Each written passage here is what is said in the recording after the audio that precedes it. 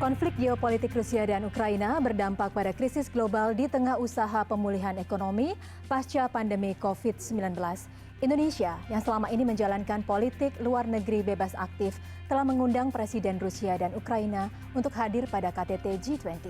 Kadin Indonesia juga akan mengundang para CEO dari Rusia dan Ukraina guna terus berupaya ikut mendorong perdamaian dengan memperkuat kerjasama ekonomi antara pelaku usaha kedua negara.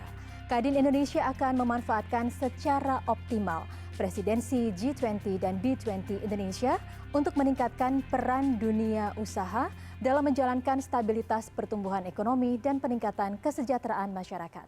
Dan bersama saya Diana Dwika, program Insiders malam ini akan berbincang dengan Ketua Kadin Bapak Arsyad Rashid untuk membahas bagaimana Kadin melalui B20 mendukung pemerintah dalam usaha untuk meraih peluang sekaligus menghadapi tantangan global dalam bidang ekonomi. Pak Arsyad, selamat malam. Selamat malam Diana, selamat malam. Iya, baik. Selamat malam waktu Indonesia. Sekarang Bapak lagi di Washington ya Pak ya? Kebetulan lagi di Washington, Diana. Ya, baik.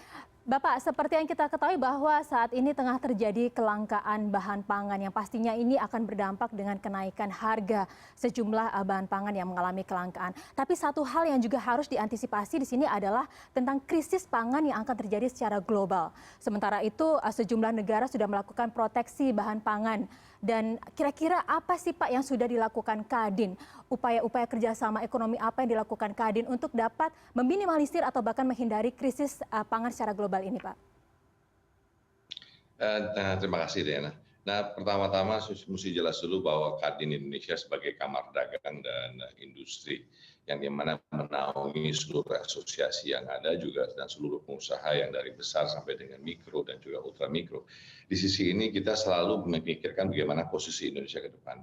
Nah, namun Kadin merasa bahwa penting sekali dari seperti adanya dengan G20 dan B20 yang dimana pemerintah akan melaksanakan G20 pada bulan November ini bersamaan juga yang namanya Business 20-nya yaitu B20. Nah, ini bagaimana the business side itu harus bisa mendorong, membawa dan mengatakan pada seluruh pemerintah yaitu dari semua negara G20 kita menyuarakan untuk berbicara dengan semua kepala negaranya untuk hadir pada G20 ini. Jadi jangan sampai bahwa karena adanya krisis ataupun perang di Ukraina dan Rusia akhirnya mereka tidak hadir. Nah, di sini saya merasa bahwa rapat daripada G20 ini akan lebih penting sekali dan sangat penting sekali.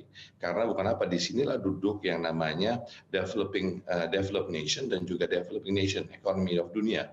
Nah, disinilah waktunya untuk kita bisa berbincang dan berbicara dengan keadaan yang ada pada saat ini. Karena kalau kita ingat bahwa kita ini pertama masih menghadapi recovery daripada pandemi. Nah, sekarang ada lagi yang namanya krisis ini. Jadi ini yang harus kita dorong mengatakan bahwa komunikasi penting sekali, kolaborasi penting sekali yang dimana Kadin menyuarakan pada seluruh businesses dia untuk mengatakan necessary gitu ya. Nah, jadi untuk itu Diana, walaupun bagaimanapun kita melihat di sini peran daripada Indonesia sangat kritikal sekali. Nah, sekarang kita sedang ada US ASEAN conference di mana Washington DC pada saat ini Bapak Presiden dan juga seluruh kepala negara dari ASEAN bertemu dengan namanya US. Nah, di sini juga kami melihat positif bahwa bagaimana US bisa berperan di dalam ASEAN sendiri dan khususnya untuk Indonesia. Tapi di sini juga dimutarakan bagaimana balik lagi pentingnya kita menangani konteks pangan dunia ini. Karena kalau kita lihat dampak daripada yang kita tidak inginkan adalah dampak kekurangan pangan dan juga harga pangan dan harga energi dan inflasi yang tinggi ini yang menjadi suatu challenge untuk semua negara di dunia. Ini adalah jangan sampai terjadi yang namanya krisis sosial. Yang sudah kita lihat sebagai contoh ya, kita melihat di negara yang namanya Egypt, for example, dia import yang namanya besar sekali tepung terigu. Nah, mereka membutuhkan wheat ya. Nah, sedangkan itu mereka importer terbesar dan bila mana tidak ada bagaimana pangan untuk masyarakatnya. Ini kita baru memberikan hanya satu contoh, satu negara. Belum negara-negara lain lagi. Nah, ini bisa mengakibatkan suatu krisis sosial yang ada di setiap negara. Nah, ini yang penting sekali untuk kita berkolaborasi bersama. Jadi saya selalu mengatakan Diana bahwa sepertinya value Indonesia, yaitu Bhinneka Tunggal Ika, ya, yang dimana perbedaan itu satu kekuatan, yaitu unity in diversity. Nah, di sini kita katakan dengan teman-teman B20 dan juga beyond that, seluruh businesses, ayo bicarakan dengan para negaranya semua, bahwa very important to have this G20 meeting di Bali, karena dan kita harus mendiskusikan selain apa yang sudah kita rencanakan, tapi juga berbicara mengenai krisis yang namanya pangan dunia, yang dampak sosialnya sangat-sangat kita khawatirkan bersama. Itu Diana. Iya, Pak Arsyad, memang dari seperti penjelasan Bapak tadi sangat relate sekali bahwa untuk pembahasan B20, G20 nanti juga akan diperluas topiknya bukan hanya tentang bagaimana pemulihan situasi dunia pasca pandemi, tapi juga terkait konflik ya, dampak krisis antara konflik Rusia dan juga Ukraina. Pak, tapi ketika kita menyinggung tentang inflasi, seperti yang kita ketahui bahwa di Indonesia per Maret 2022 ini angka inflasinya mencapai 3,3%. Kemudian di Amerika mencapai 8,5% pada Maret 2022. Dan suku bunga The Fed juga terus mengalami peningkatan bahkan mencapai 1%. Pastinya di sini perlu peran dari Kadin ya Pak untuk bisa mengkoordinasikan antara para pelaku usaha dan juga pemerintah untuk bisa mengantisipasi dampak dari kenaikan suku bunga The Fed dalam merespon inflasi. Mungkin bisa dijelaskan apa saja yang sudah dilakukan oleh Kadin sejauh ini? Yang pertama begini, kalau kita bicara konteks inflasi, sebelum itu saya mundur sedikit, bagaimana antara Kadin dan juga pemerintah. Yang kita namakan adalah pengembangan daripada pertanian kita sendiri ataupun untuk petani-petani. Yang dimana Kadin menciptakan namanya closed loop system ataupun kita katakan adalah sebagai pendampingan UMKM melekat.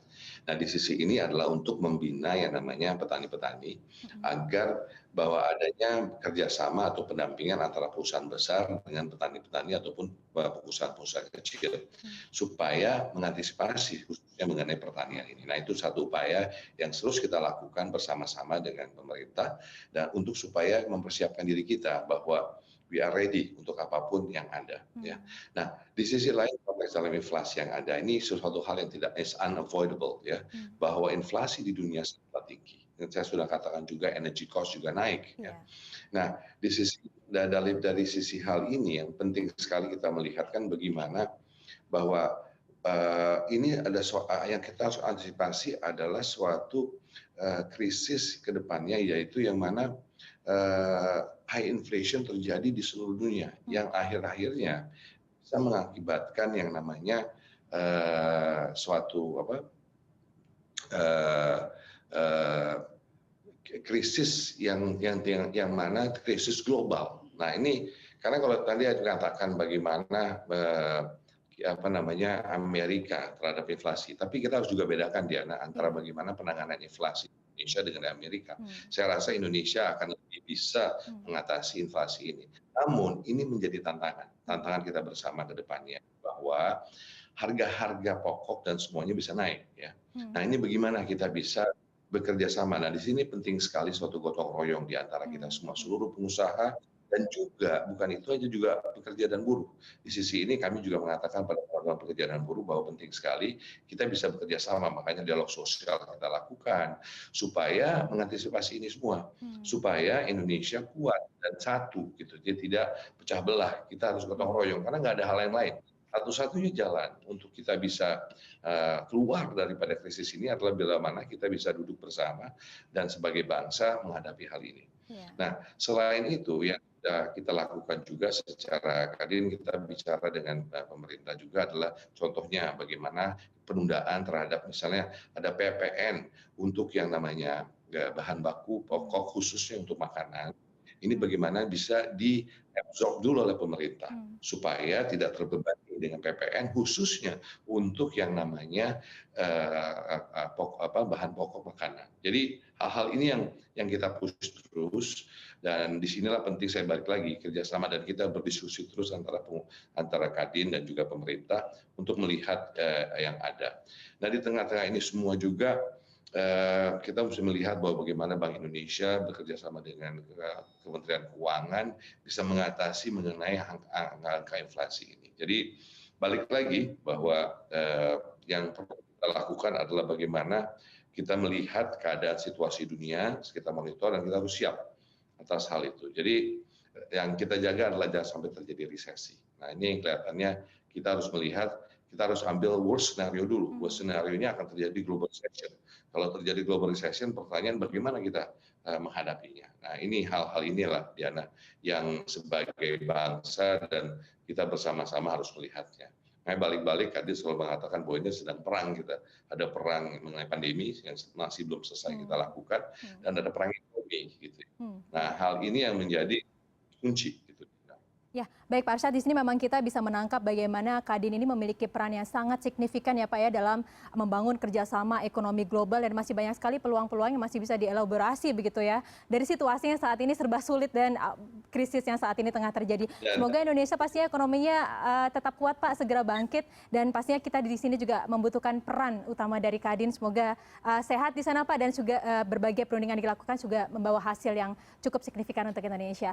Pak Arsyad Rashid, terima kasih banyak atas waktunya Pak. Selamat malam. Diana, terima kasih. Selamat malam. Terima kasih. Salam sehat untuk semua. Terima kasih. Pemirsa, kerjasama ekonomi global selain dapat memberikan kesejahteraan juga bisa digunakan untuk membantu menciptakan perdamaian dunia.